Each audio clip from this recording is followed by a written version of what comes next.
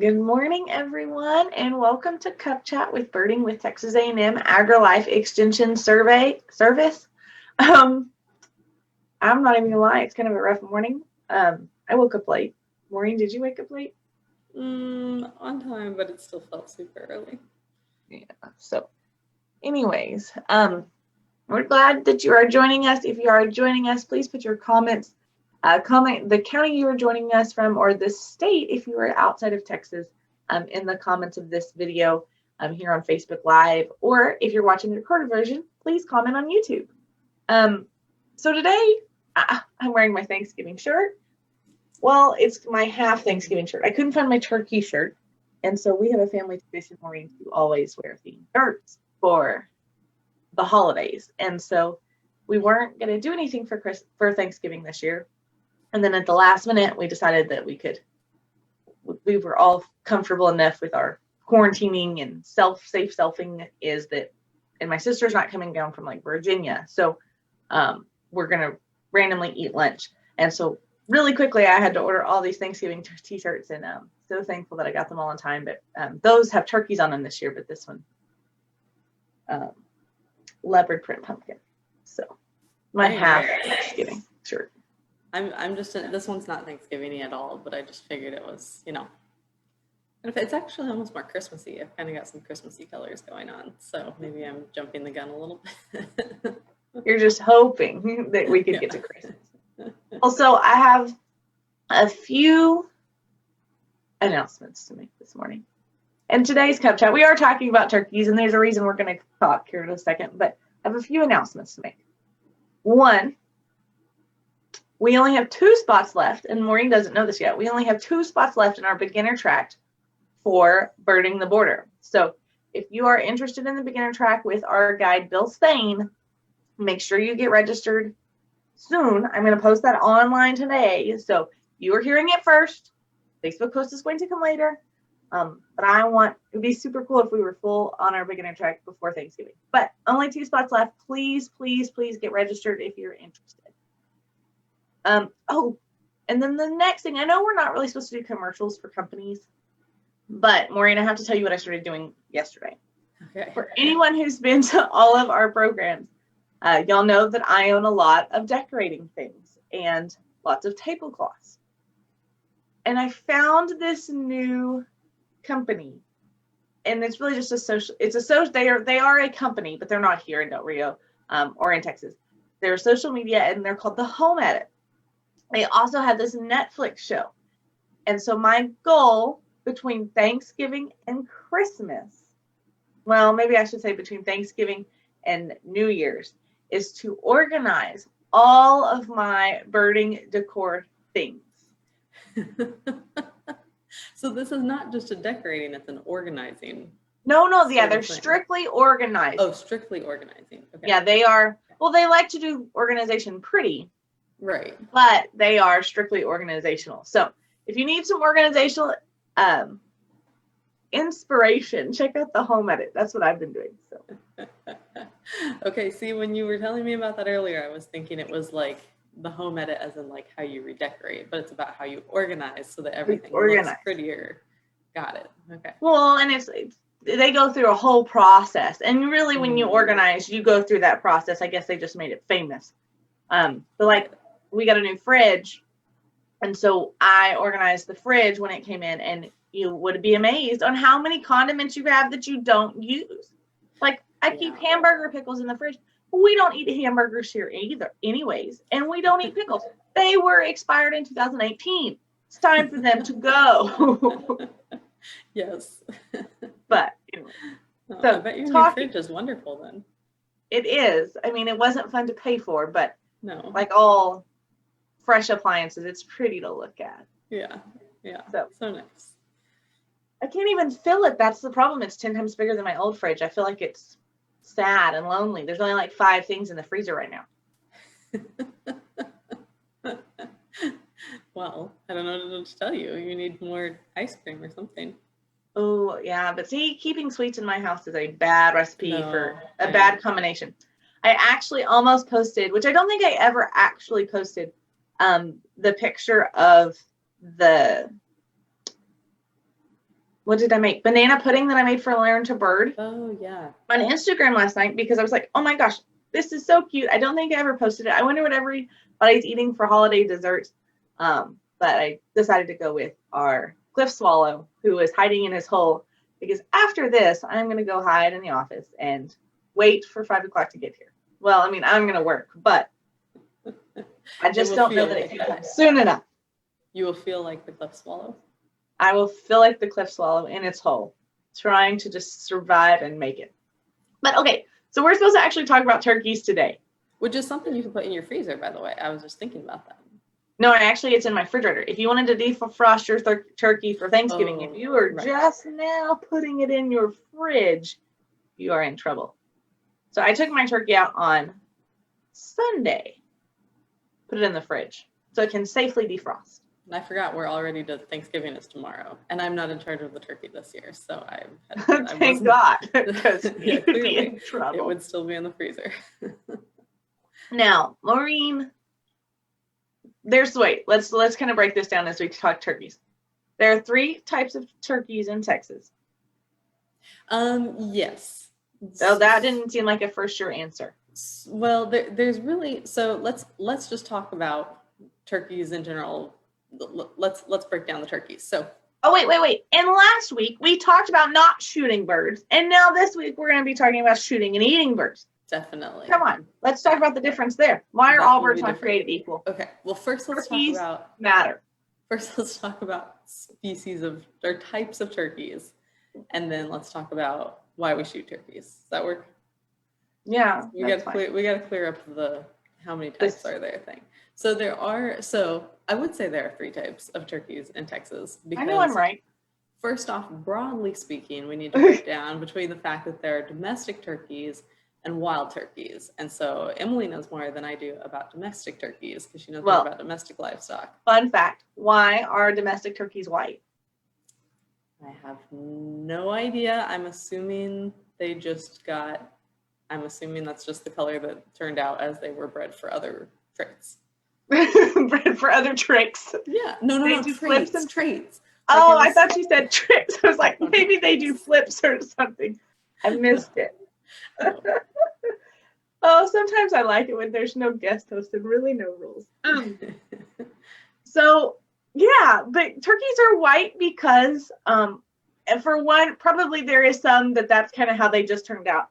But if you think about all of our poultry that is raised for meat, our chickens that are broilers or our turkeys that we use in food production are white, because white you associate with cleanliness.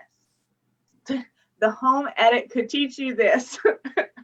And so if for some reason you found a feather on your turkey that had not gotten removed through processing, would you rather look at a white feather and think, oh, a little feather, or this brown ugly feather, and you go, ew.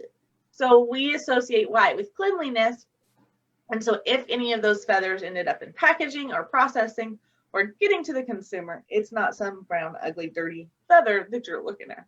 So that's one of the reasons that our poultry products that are raised for our food production are white.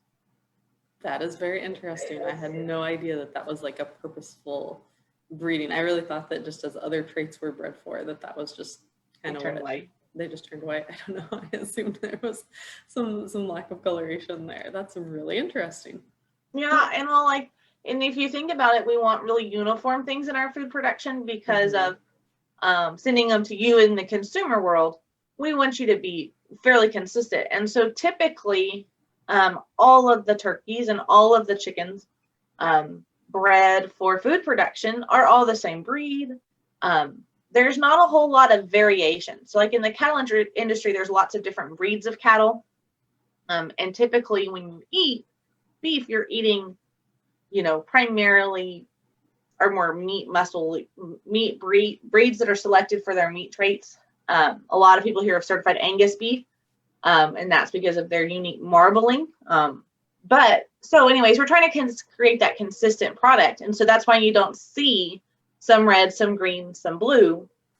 We try to keep a uniform set of birds around.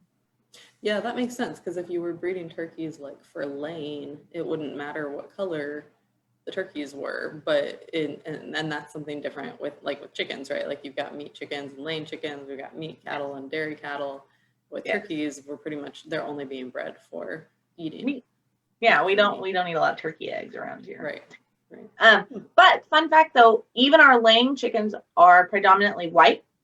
Now there are like lots of laying breeds of chickens that people raise, and they're not all white. But our traditional layers are white, and that's kind of the same thing as if you had a feather in your crate or a feather got stuck to the egg, it would be white. So got it. Fun facts this morning. That's interesting. Okay, so that kind of highlights what I would say are one type of turkey, is that there are domestic turkeys in Texas, not meaning that they're out and about, but that people raise domestic turkeys, or there's production of domestic turkeys.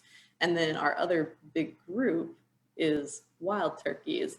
And we have two different subspecies of wild turkeys that live in Texas.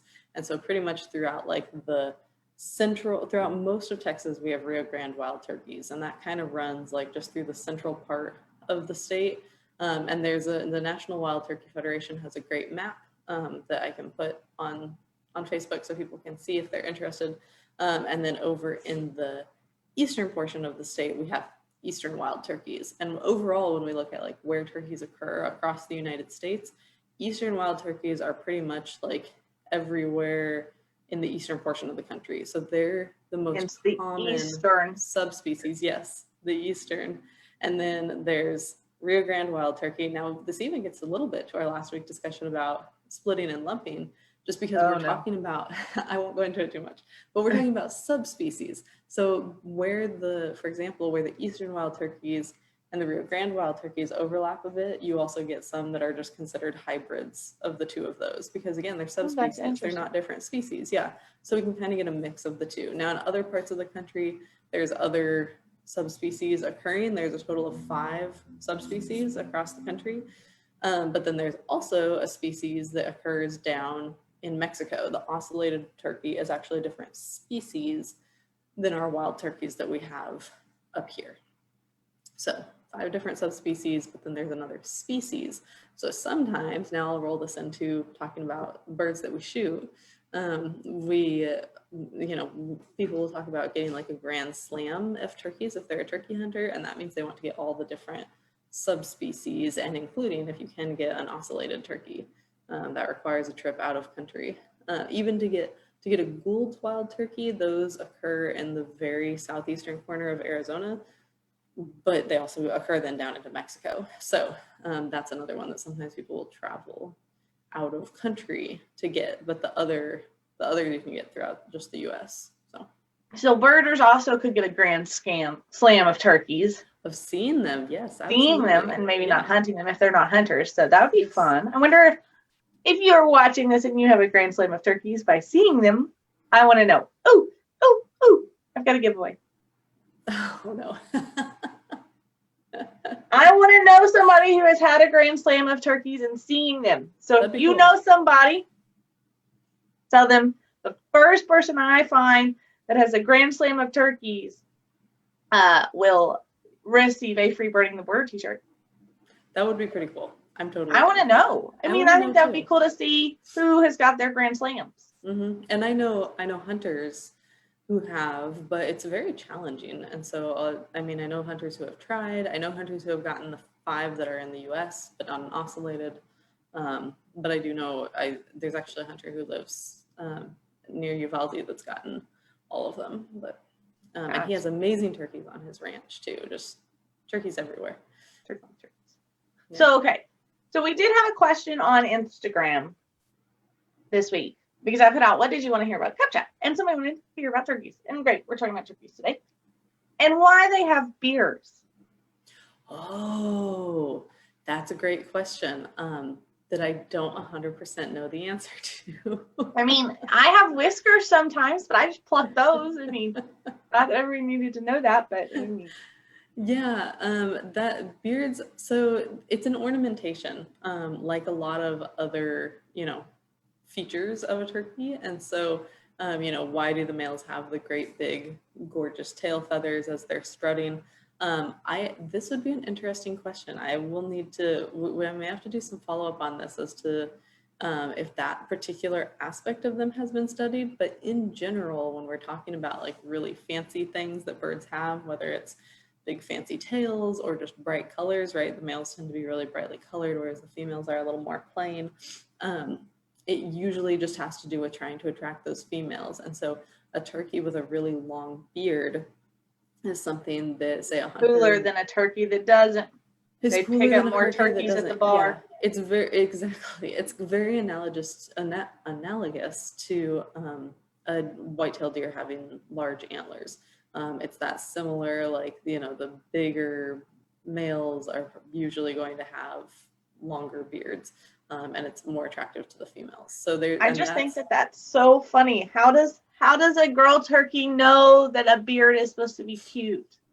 That's an interesting discussion. There's actually several different hypotheses for why males of any species have evolved these, like, ridiculous ornamentations, and where, what keeps it from going too far, right? Because like with deer antlers, or same thing with beards. It may not seem like it, but or some of our really brightly colored birds, if beards are super sexy, then why aren't there turkeys with beards that are like, hanging all the way to the ground? And it's because those features can be a liability too, right? Oh, yeah. Yeah, and if you're a deer and your antlers are so huge that you can't make it through the brush when a predator's chasing you, like, that's a problem. I still just don't think that the girl turkeys and the girl deer know that the beard is supposed to be cute, or that the antlers are supposed to be.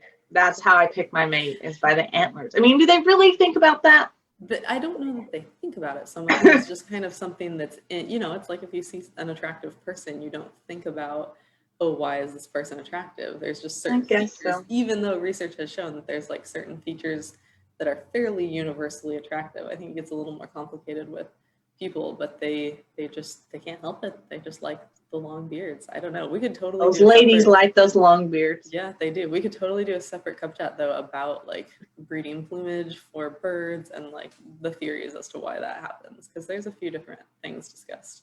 That's funny. But that's a good question. Funny. I'm gonna have to find. I'll have to look and see if for turkeys there's a specifically known, because it is different, right? Like, yeah, the big tails and the flashy colors, those are something we see in other species. But it's interesting to have that particular feature that's different from, like the beard is like an add-on. There are other birds that have, it's not like, oh, there's a beautiful red male cardinal and it also has a long beard. It's not like that. So, well, and I think the odd piece is though, like thinking about that, and that's a hair.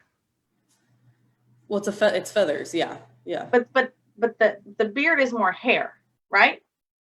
No, it's still feathers. Yeah, because they only have feathers. Yeah. But it feels hairish. It doesn't look like a feather. Right. Yeah. It's just a different sort of structure. Because everything that grows out of a bird is feathers, not hair.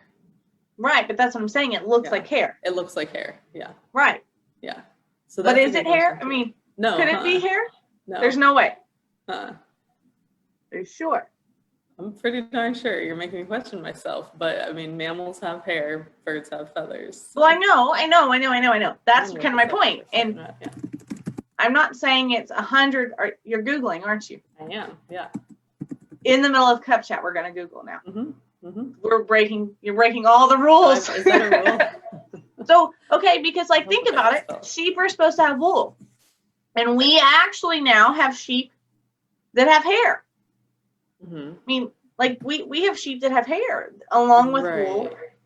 I mean, I think it could be. It's hair like feathers. It's feathers.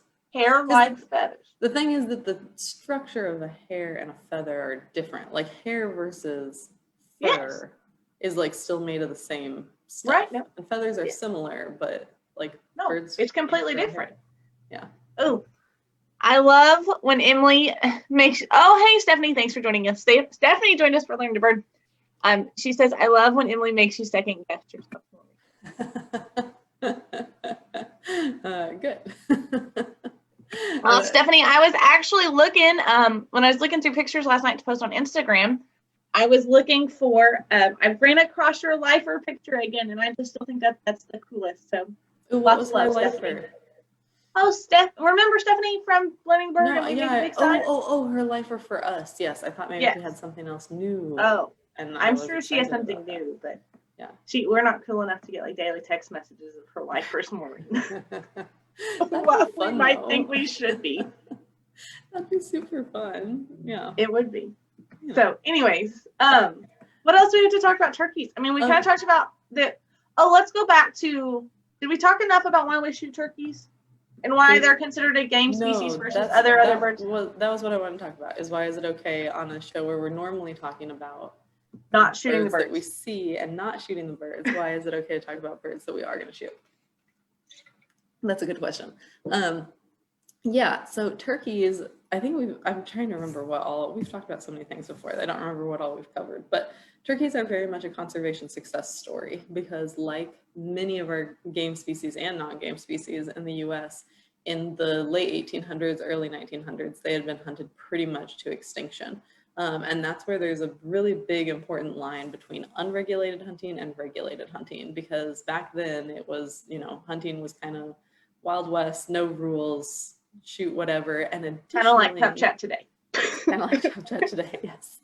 But additionally, it wasn't just that in addition to the fact that there were no limits on hunting, there was a lot of, I think this is the part we talked about before, there was a lot of commercialization of those products that were hunted. So like for those birds that were being sold, like for feathers to go on hats. And so this was true of, shooting turkeys and selling that meat for, to the markets here, both here in North America and over in Europe. And so that was something that had just completely decimated turkey populations. And they are something that in some areas they've recovered faster than others, but overall turkeys across the United States are doing really, really well. And so we have plenty of those. And so just like we have with certain other game species, we've decided that turkeys are something that are, that are worth hunting because they provide subsistence. So kind of generally speaking, we've kind of decided, collective we, that shooting a bird so that you can put its feathers on your hat, like that's not a good use of the animal. And it's not like you're going to be able to eat a painted bunting. Right, I mean, exactly. It's not going to have a whole lot of food. Right. And so when we're talking about like those small kind of, those species that really the only thing you would use them for is like decoration, that's not enough of use of that animal. Whereas something like turkeys, wait, why is that funny? About my decorating closet and me having stuffed little birds. Sorry, everyone. I thought of having all these stuffed little birds for decoration and how weird that would be. But I could color code them and organize them prettily. But anyway, sorry. Yeah, that's. I'm crying. I'm laughing so hard. But with turkeys, because there's something that can eat, and there's lots of families out there still. I think if you aren't a hunter, you don't know a hunter, you may not realize that there are actually a lot of families out there that subsist solely or primarily on wild game. And of course, a single turkey is not going to get you through. It's not going to get you and your family through the whole year, but it can be an important part of all those different things that you're eating. And so they're a species that we have. Now there's regulated hunting. And so in Texas, we can talk a little bit about, if you live in Texas, and this is true in some other places as well, there's a fall and a spring turkey hunting season. Depends on what county you're in. I can post online where you can find which of those is going to be the case in your county. But there's limits as to how many you can take. Sometimes there's limits as to only being able to take gobblers, which are the males, or only being able to take hens, which are the females. And so all of those things are done like very closely monitored to make sure that those populations stay in a healthy range while allowing people to provide themselves with a, healthy free range food source. And if you're interested more in kind of that field to table sort of aspect, we actually have an extension publication on that I can link below this as well. Well, and that's an interesting point. And let's talk about that kind of, on the domestic, kind of both worlds combined, domestic turkey population and wild turkey population. If you don't control your population, if there was no hunting of turkeys, would the turkey population get completely out of bounds? And especially, you know, in some of our urban areas where we don't have the predators to control any of those populations. Yeah, this isn't something that we necessarily think about as much because it doesn't happen to the extent that it does, at least not here in Texas. Like we can think about urban white-tailed deer, and that can cause a problem if we don't have, you know, or if we have, you know, just crazy numbers of deer in an urban area. But there are actually places where that can happen with turkeys as well. And so I did my PhD in Logan, Utah, and there actually we had a class, one of my wildlife classes, that we got to go out to a you know, to a town that was near Logan and trap turkeys where they're live trap, where there were too many of them, and they were actually taking them up to Idaho to places where there were fewer. And so, you know, with deer, there's sometimes that's done, but there's kind of, in a lot of Texas, there's too many deer everywhere. And so sometimes if they're trapped from one area, you know, they end up being lethally removed and then the meat is donated. With turkeys, especially in areas where, like in Utah, oh, excuse me, I'm afraid I'm going to sneeze. Oh, no. Well, I'll kind of add that up. Is like on our property in the back, we get some turkeys, and we get quite a few turkeys. And, you know, I think that we used to, we don't anymore because I prefer a good fried turkey from the store. It used to be our family's tradition to and have turkey for Thanksgiving, a wild turkey.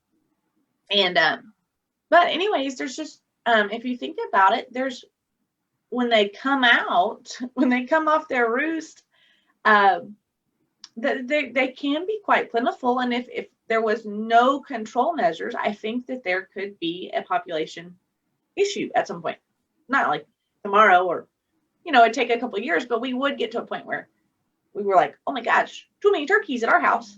Yep. Yeah. And so that's where they'll move them. In Utah, being close to Idaho, they'll move them up there to where there's not as many.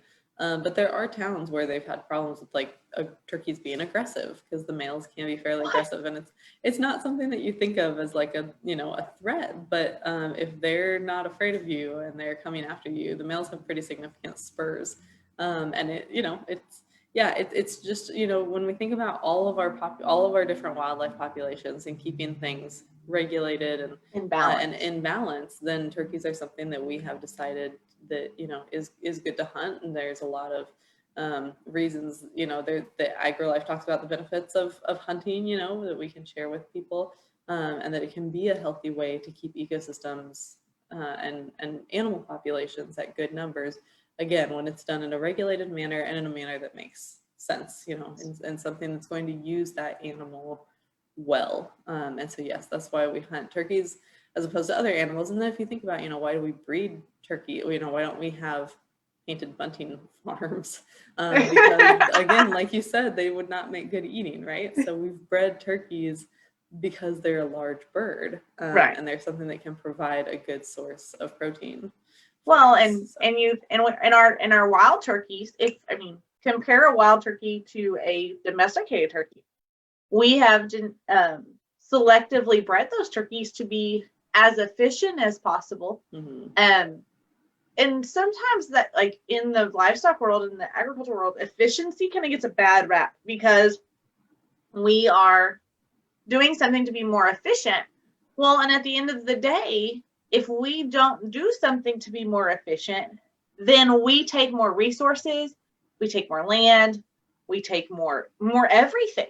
And so it's got to be that fine balance of breeding and selecting for turkeys that are the most efficient, that convert their feed. I mean, when I talk about converting feed, and a lot of people don't know this, all of our 98% of our large, I shouldn't give a percentage because I don't know, but a lot of our large scale food production farms that are not like turkey houses, those are usually typically, because of the management. That's not me in my backyard who has a few cows and a few domestic turkeys out there. That's not quite how we raise turkeys. So people who raise turkeys, they raise turkeys. And they have most of the time they have a licensed animal nutritionist who comes in and makes a special ration that meets the needs of the turkeys. I mean, it's very regulated on what these turkeys eat, how much, if there's any electrolytes or electrolytes, kind of like a Gatorade. It's a good example. Like if there's any electrolytes in their water, things like that. So everything's so regulated in those turkey houses to make those birds so efficient so that from hatch to consumption that we're taking the least amount of resources, water, land, feed, to put in those turkeys to give you a good product. And think about how much bigger a regular turkey is, like a domesticated turkey is versus a wild turkey. And that's because of genetic selection, but also because those birds are so much more efficient.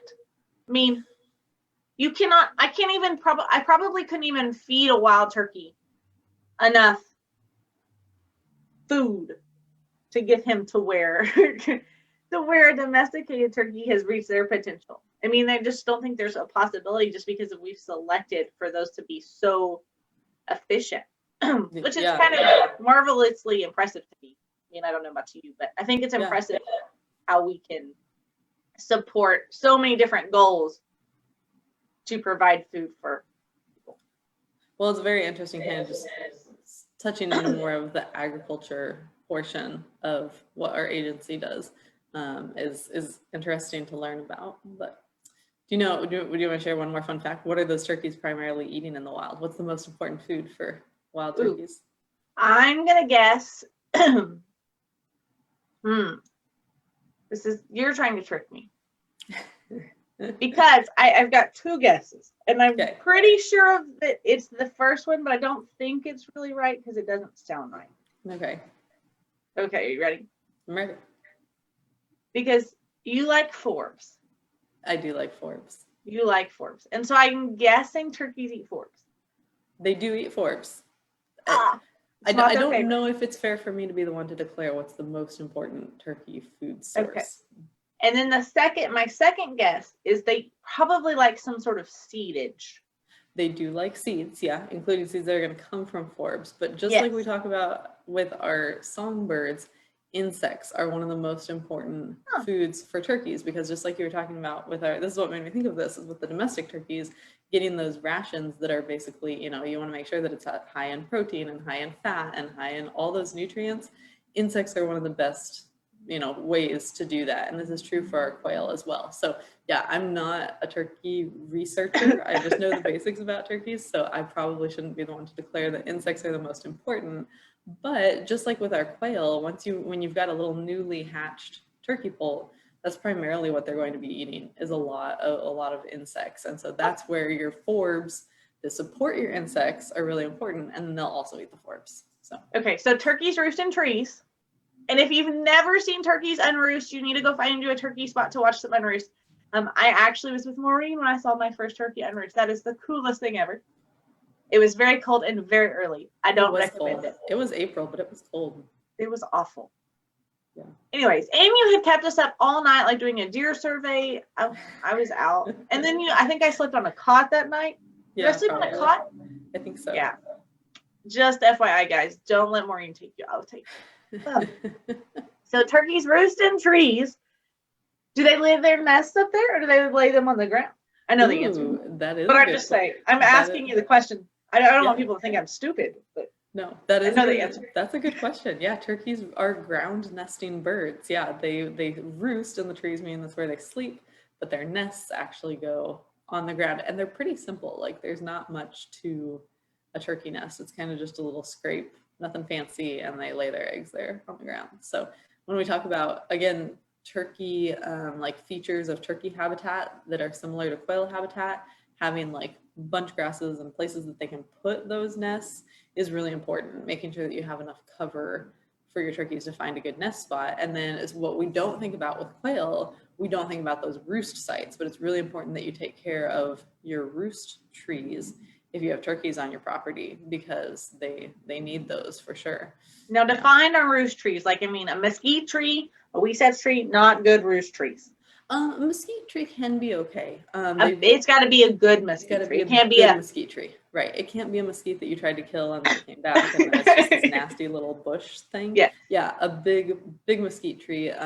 Oaks are fantastic. Great big live oak would be a fantastic roost. But yes, we actually, there's an entire publication about roost trees for Rio Grande turkeys. So, but yeah, you want to make sure that you're taking care of that roost spot so that you can continue to have turkeys using that resource. So where can people see turkeys during Burning the Border on a roost? Oh, they can't. I thought we could. I thought at McKenna. Oh, yeah. Sorry. Okay. Yes. I thought you were talking about the other place. I was like, yeah. No, they can't. No. So, at McKenna. But, yeah. So the fun fact is that is true. So we are going to start you out at McKenna Ranch near the turkey roost. So the chances of seeing turkeys on McKenna, highly likely.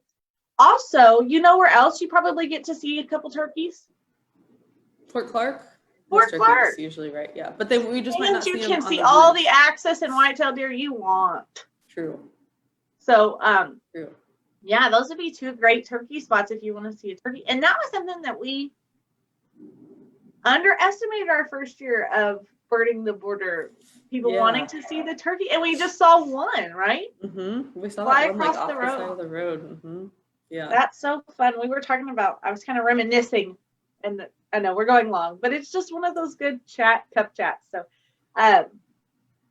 the other day, I was reminiscing last night as I was working on Birding the Border stuff, and I realized at this point, our first year of Birding the Border, we had filled up, and we had what did we cap it at our first year? 16 participants? Mm-hmm. Yes. A lot. Yeah. So we had filled up our first year of Birding the Border by Thanksgiving, all hearts and moments. And technically, if we were having a small Birding the Border like we traditionally have, we would be full this year. Mm-hmm. But lucky for everybody, we do have 70 slots a day going out on 6 different trips, coming back to one location for some wonderful birding with extension seminars. But so we are getting full. So if you haven't registered, please register. And we do only have those 2 spots left for our beginner track. Oh, you have an announcement. Uh-oh, I do? You do. About what? So we have some sad news. Okay, I know you're thinking, just hold on. You'll follow me. Follow the train. So we have some sad news. Unfortunately, Dorian Anderson is unable to come this year to Birding the Border, and he was our photography track leader. And we know we have 2 people who have registered, and so we're sorry. We hope that you love our new guide just as much. And so we have arranged to have a new guide and a new speaker at our Birding with Extension dinner. And Maureen has that in her little bag of tricks. And I'll let you announce it. Ooh, yeah, I'm glad I know the answer to this. Yes. You don't have to Google it up. No, I know this one off the top of my head. Yes. So Laura Keene has agreed to be our photography guide and our keynote speaker. I don't have her information up on the website yet, but I will have it up there soon. And she is known for doing a big year in the United States for seeing as many bird species as she could, but also a photography big year, meaning she wanted to take pictures of as many species as she could. And I don't remember what her number was. If you want to hear all the details, you have to come to Birding the Border and come to the dinner with her. But what I do know is that she blew the previous record out of the water. Like the photography record, she photographed way more species than anybody had before during a photography big year. And I believe that was in 2013. It was several years ago. But she just got tons of pictures of species. So I think if you are a photographer wanting to learn about birding photography, but also wanting to get pictures of lots of species, she has experience doing that. And again, for people who are interested in our photography focus track, you can sign up for all 3 days photography if you want, or you can just choose to kind of dabble in photography. And those sites will be a mixture of in blinds, just sitting and getting really good shots of birds, and walking around and taking pictures of birds out in their environment. Which I think it's an interesting thing, and correct me if I'm wrong, she does both. She's very much an active both, and I think that's one thing that we appreciate is the ability for her to share her tips and tricks doing both. Yes. Because I love everybody out there who sits in blinds and has the patience to do that. I do not. Because if the birds don't come, or if the deer doesn't come, or if anything doesn't come to the blind, I go crazy because I do not have the patience. I remember, I know I'm so long, but I've got to tell this story. So ex-boyfriend, many moons ago, we went pig hunting and we sat in this blind. And I've gone pig hunting before where you don't sit in the blind and it's so fun. Well, they dropped me off in the blind by myself. I am scared of the dark, mind you. Like, deathly scared of the dark. Like, even to this day, even as a 30-year-old grown, have my big girl panties on, scared of the dark, 110%. And I'm not really scared of the dark. I'm scared of what could be in the dark. Fair. And so I'm in this blind, and they put me in there, and they're like, the pigs will come. The pigs will come. No pigs come, ever. And at this point, I'm just sitting there by myself in the blind. It's getting dark. It's getting cold. And they're like, you can't turn your phone on. The light will scare the pigs away. What am I supposed to do? Sit here with my thoughts? I'll go crazy. So I end up like making a pallet in the blind and just kind of laying down and just kind of, I don't even remember. But the worst part was at the end of it, I have to get out. I have to get out of the blind and walk back to the truck and it's dark. And I'm like, In the dark. whose idea was this? Whose? And so I think I could handle sitting in a bird blind for an extended period of time because the fact that the walk from the blind back to the truck would be in the daylight. True. I'm sitting in blinds at night and having to walk back to the truck. True. And thankfully, if you join us for birds, bats, and owls, we will not be sitting in a blind. We'll be together. Well, and there's lights, and we have little flashlights. And you can use your flashlight. Hunting, you can't use your flashlight, apparently. No. Heaven forbid. Scare the pigs away. So. Oh, Beth commented, Laura had 2016 Holy for moly. her big year. Holy moly. Or is she saying that was the year she did it? Oh, I was going to say 2016, because I thought it was just within the US, and that would be way more species than we had. But if she went down to South America, then we could be on the right track. I'm hoping Beth is still watching and she's going to give us a clarification there. Well, and we again, can Google that. You could jump Google on that. Google like you did earlier. Oh, like I did earlier. That's true. Oh, well, that was the year. That was Beth. the year. Okay. Yes, thank you, Beth. Yeah. I thought she was just in the US, and that would be more species than we It would be quite a challenge. Kind of an impossible one. Yeah. Anyways, we have gone over our allotted time by 16 minutes. But I feel like we have just had a fun time and can't wish everyone a happy Thanksgiving. Oh, that is nice. She told me, duh, it's in the morning, Beth, already. So, anyways, long story, what was I saying? Oh, everyone have a wonderful Thanksgiving. We are obviously way past our time today. We've had so much fun talking about turkeys, talking about what I'm obsessed with. We organized the birding closet, and I hope talking about what you're afraid of. Yeah, I guess we didn't really need to tell everybody who's afraid of the dark.